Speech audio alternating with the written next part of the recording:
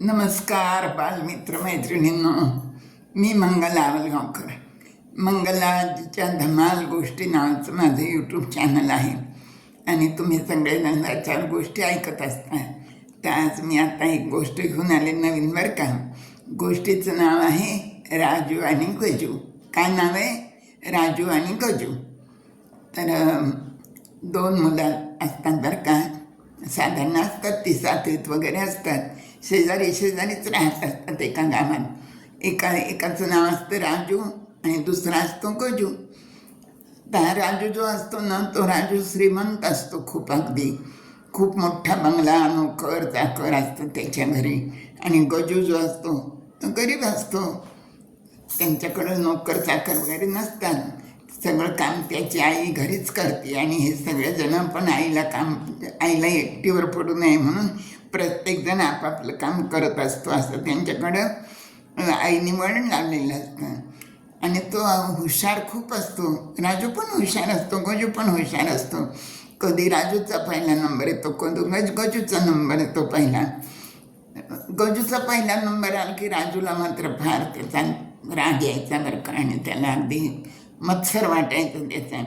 आणि राजूचा पहिला नंबर आला तर गजू स्वभावात चांगला होता, त्याला काही वाटायचं नाही, त्याला आनंदच व्हायचा. त्याला त्याचा जरी पहिला आला तरी असं चालू होतं त्यांचं.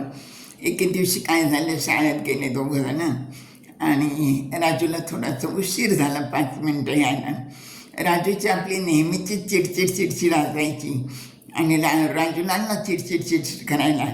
काय करावं म्हणे, इतके नोकर आहेत पण नोकर आमच्याकडचे वेळेवर येत नाहीत. तो आमकाज वेळेवर आणणार नाही म्हणून मला एवढा उशीर झाला म्हणे, नाहीतर मी वेळेवर आलो असतो. आता बाबांना सांगायला पाहिजे आणखीन 1-2 नोकर लावा म्हणून. असं तो चिडून बोलत होता. आणि याला खिजवायसाठी, गजूला खिजवायसाठी तो म्हणाला, तुमच्याकडं किती नोकर आहेत रे? तर आता गजूकडं तर नोकर एकही नव्हता ना. पण गजू म्हणजे अरे आमच्याकडं मला सुद्धा 8 नोकर आहेत आमच्याकडं, तू असं समजू नको म्हणे, 8 नोकर आहेत आमच्याकडे. तर राजूला आश्चर्यच वाटलं. आणि हे सगळं त्यांचं बोलणं ना त्यांचे हेडमास्टर ऑफिसमधून ऐकत होते बरं का.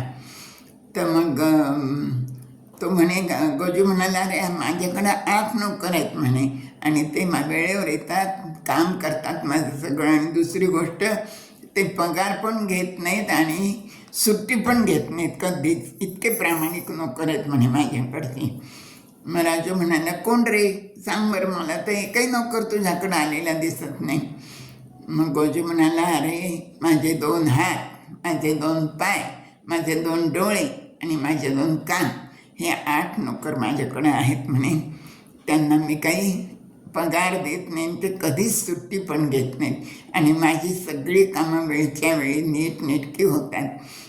तर राजूला खूप आश्चर्य वाटलं बरं का त्याचं उत्तर ऐकून. पण इकडं हेडमास्टर दोघांचं बोलणं ऐकत होते. त्यांनी गजूला ऑफिसमध्ये बोलावलं आणि गजूला ते म्हणाले की तू खोटं का बरं बोललास म्हणे की माझ्याकडं 8 नोकर आहेत म्हणून. मला माहिती आहे म्हणे तुमच्याकडं एकही नोकर नाही आहे, तर तू खोटं नाही बोलायला पाहिजे होतं. गजू म्हणाला, माफ करा सर, मी खोटं बोललोच नाही आहे, मी खरं तेच बोललो म्हणे. तर मी सर म्हणे, कोणचे नोकर आहेत तुझ्याकडे 8? मग गजूने आपलं तेच सांगितलं उत्तर, माझ्याकडं 2 पाय आहेत, 2 हात आहेत, 2 डोळे आहेत आणि 2 कान आहेत. हे 8 नोकर माझ्याकडं आहेत आणि ते माझ्याकडचे नोकर पगारही घेत नाहीत आणि कधी सुट्टी पण घेत नाहीत, हे त्यांचं वैशिष्ट्य आहे. तर हे त्याचं उत्तर ऐकून हेडमास्तरांनाही खूपच आश्चर्य वाटलं बरं का.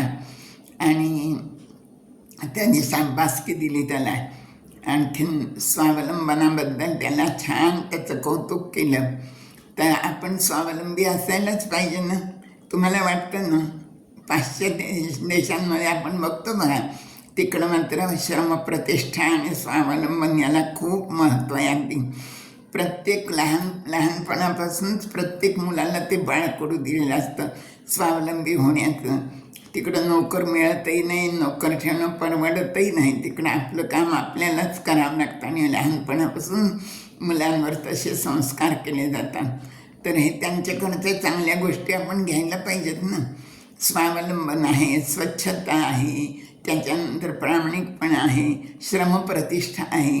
हे पाश्चात्यांचे चांगले गुण आपण घ्यायला पाहिजेत. आपण पण ते घेत नाही आपण, आणि त्यांच्यातले दुर्गुण घेतो आणि त्या